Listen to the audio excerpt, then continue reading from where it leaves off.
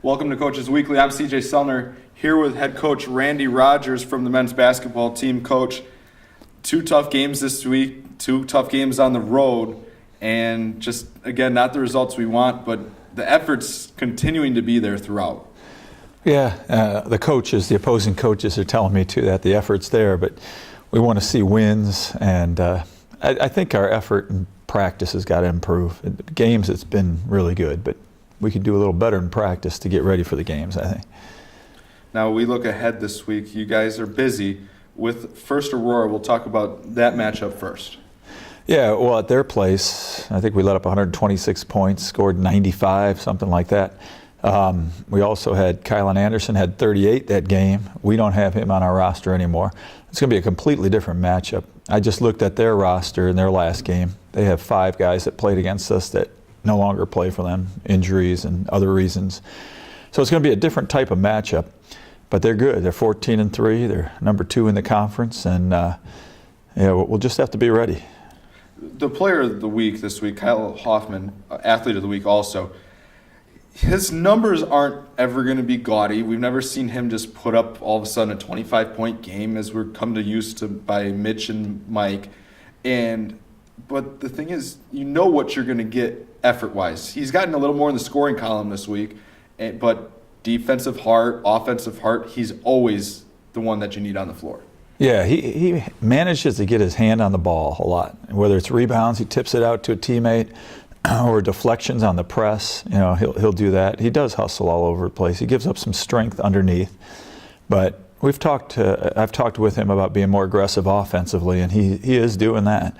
And it'd be nice to get double figures from him regularly. Now we look back on the week a little bit. You guys are down in these games, but the fight is always there. You fight back from double digits down. There are a couple of times that you got that Rockford game down to like 7 points. Other game, the Lakeland game was at 2 at one point, and you guys are going to fight till the bitter end. Yeah, the key is not to get that down. that would be the key, because we do dig holes there, but a lot of times it's from a scoring drought. And as I've said before, mentally we get down when we don't score. We just got to get over that mental hump, and also got to knock down some open baskets. Now, it's a big week here at Concordia. I hate to be the one that looks ahead, but we have to since we only talk on Mondays. Yeah. CIT, you've been a part of it before. What is your message to your team? You've even coached in big games before.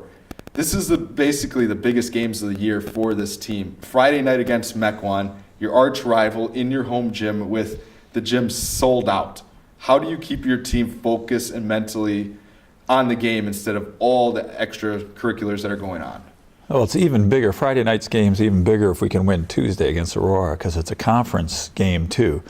But most people get pretty pumped up when you see the stands full.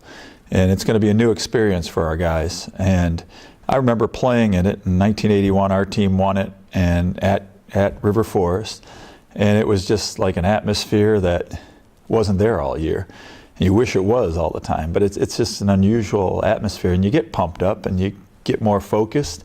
If you don't, then you probably shouldn't be out there. But it's going to be a great atmosphere. Yeah. You're a person, talk about the CIT, the history behind it. What are a couple moments that just stand out to you about the CIT in your experience as a player, and now you get to experience those as a coach?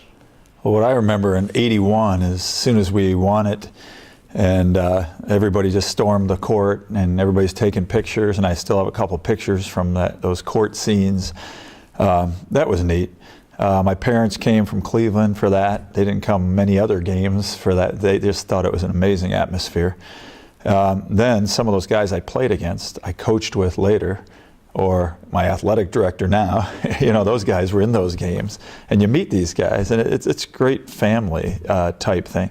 The other thing I remember, when we had won 4 straight CITs, and I remember in St. Louis when we lost, it was a close game versus Seward in the first game, in the first game, and I remember them holding up at the championship. We stayed for the championship. They were holding up the shoe of a guy who broke his leg. I can't even tell you who that player was, but Jim Egan will probably be able to tell you.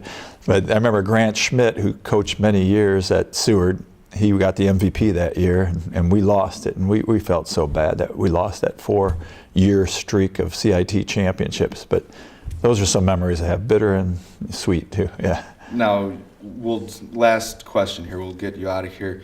The last words you're going to say to your team after devotions before you come out on the floor Friday night, before everything gets going. I'm just going to tell them what it felt like for me as a player, and how this can make your season too. It's we've had some disappointing losses up to this point, but the effort is there, the character's there of our team now. We could make a great memory with 2 tough games, Friday and Saturday. And that's what I'm going to tell them. Yeah. Look forward to it. Aurora will be here on Tuesday night. You can watch that game live at cuchicago.edu/live. Then CIT weekend is upon us. Friday night, the men tip off at 8 o'clock from Geisman Gymnasium. Tickets are available at cucougars.com/CIT. You can get all your information for the whole weekend on there. For Coach Randy Rogers, I'm CJ Sellner. Thank you for watching Coaches Weekly CIT Week 2016.